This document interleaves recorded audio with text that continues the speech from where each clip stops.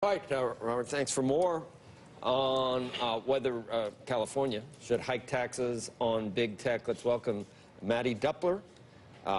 She is senior fellow at the National Taxpayers Union, and Liam Donovan, a principal with Bracewell Consulting Firm, who formerly worked at the National Republican Senatorial Committee. Once again, I mean, we just need to know whether this ends up being counterproductive if it would go into effect, or whether it would actually generate the well-intentioned revenue to help some people out. What do you think, Mattie?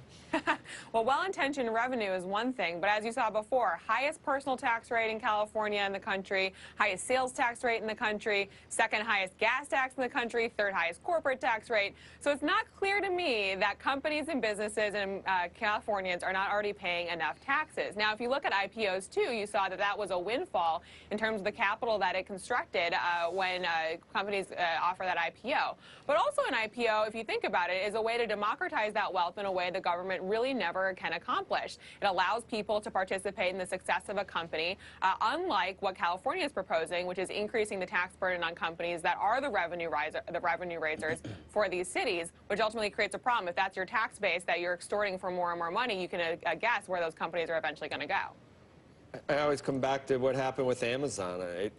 Here in New York City, if the company isn't here, you don't get any of the tax revenue, do you, Liam? Well, I think that's exactly right. And when you're talking about taxing the mobile rich, I mean, these are the folks that have the most ability to move around and to find jurisdictions that might not be as punitive and confiscatory with their tax policies. But I think I agree with Mattie in terms of the wisdom of this policy, but I think as a political proposition, there's a real threat here. In this political moment, you do have a populist strain with a sentiment where people on the left and the right do have a sense that the rich aren't paying their fair share. As progressive policies are out there, from single payer to the Green New Deal, you're going to have to find new revenue sources. Willie Sutton said you go where the money is, and I think that's what a lot of Democratic politicians are doing. And I think in California you have a single-party town in Sacramento, and this is something that could really happen in terms of ratcheting up those rates or looking at wealth as a source of revenue. We said we were going to debate this. I don't think you guys are going to argue with you. We're going to have to bring in someone from the bench. Andrew. Can I ask a quick question? Oh, Rob. Are you will you take the other side, please? I'm happy to be drafted, but Robert's got a question. I just have a quick question for Mattie. You know, you talk about we've reached a sort of breaking point in terms of the level of taxes in California, but we haven't seen that in terms of the revenue, in terms of the economy. And California is booming, and those who say you're taxing too much in California, there's no proof of that.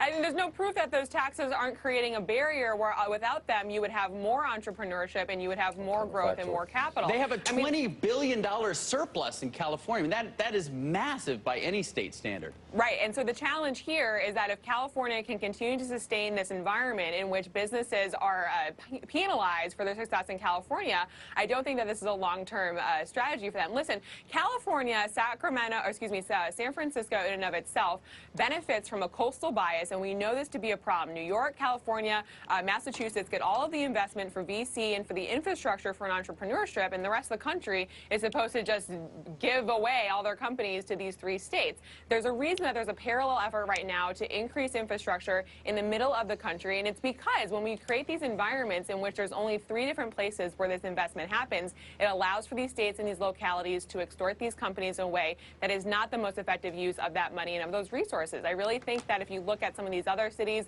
Houston's a good example where the population growth has increased similar to San Francisco, but they don't have some of these challenges that San Francisco has with density issues because of the way they've embraced growth in a way that encourages investment in companies to be successful there. But how much You've got a better model. How much do you think the success of Texas, and Houston's an example, Austin's an example, is a function of the tax rate, and how much of it is a function of housing prices, other infrastructure, the laws, by the way, that have been implemented in Texas? Exactly. I mean, Andrew, no doubt that it is about the entire environment that is created by the regulatory environment there and the tax structure as well. Taxes are only one part of the pie here. But when you look at some of the problems that San Francisco has, it has to do with zoning, it has to do with housing, whether or not you have housing stock to accommodate a population that is booming. And I would argue that if you look at the Houston example, you see that when you've got more liberalized zoning laws that allows for the market to dictate the needs there, it allows for the population to be embraced, or it allows for better growth and allows for the kind of infrastructure that you need to have that kind of boom cycle when you want those businesses to come there, rather than penalizing those businesses once they're there for the strain that's created in an environment. Okay, but therefore, what would you recommend California do, by the way? Because it's almost, I almost hear you saying they should lower taxes in California, and yet what they need to do is fix so many of the issues that you're talking about, which may be leading companies, to the extent they are leaving or going to places like Texas, if you wanted them to stay there.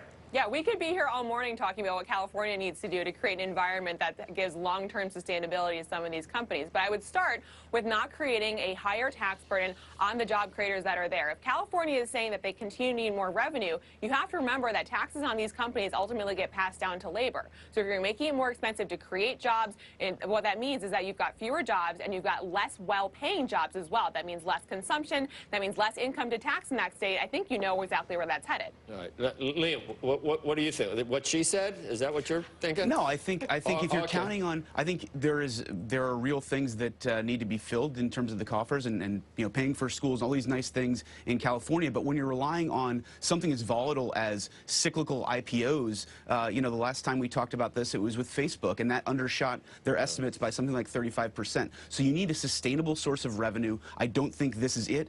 Anytime there's a promise of a revenue boom, you're going to get sort of a Pavlovian response from politicians looking to reap it, but this isn't a cure-all, and I think that's what's important to note. You know what we could do, Andrew, is do the IPO, big jump, tax that unrealized gain, baby, just like Ron Wyden wants to do. The minute it opens on IPO day, do it only tax the intraday high. unrealized gain. Only to the intraday I'm not an advocate of that plan. Why not? Because it makes Let's no just sense. tax that thing immediately.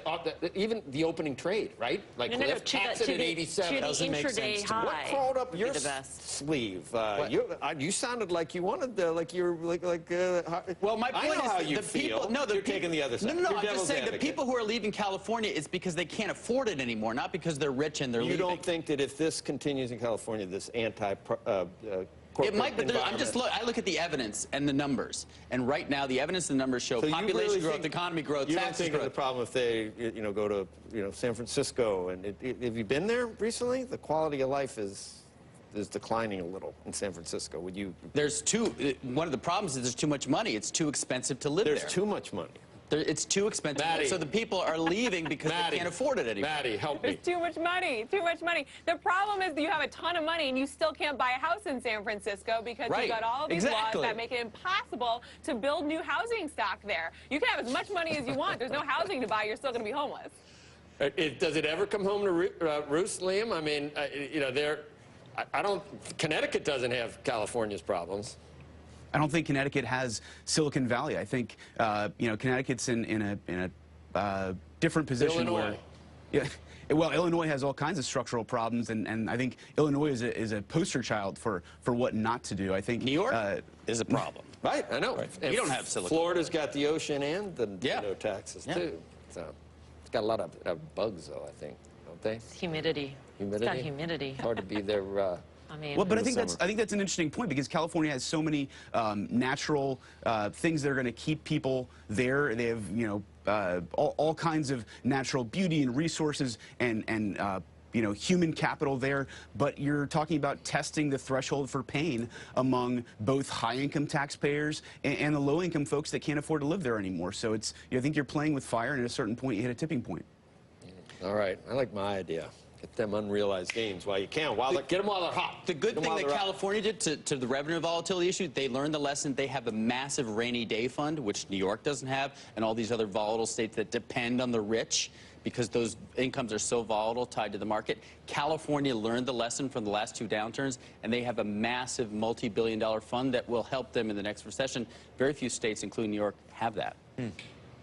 That's frightening. All right, very good. Liam, thanks. Mattie, thank you. Thank you. Okay, we'll see you. Robert.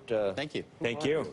Who are you? I don't recognize you. Oh, you're Clark Kent. Okay. Yeah. Coming up, Bank of America reporting earlier this morning. We'll run you through the numbers, talk earnings right after this break. And Netflix in the spotlight this morning after an upgrade and a price target increase.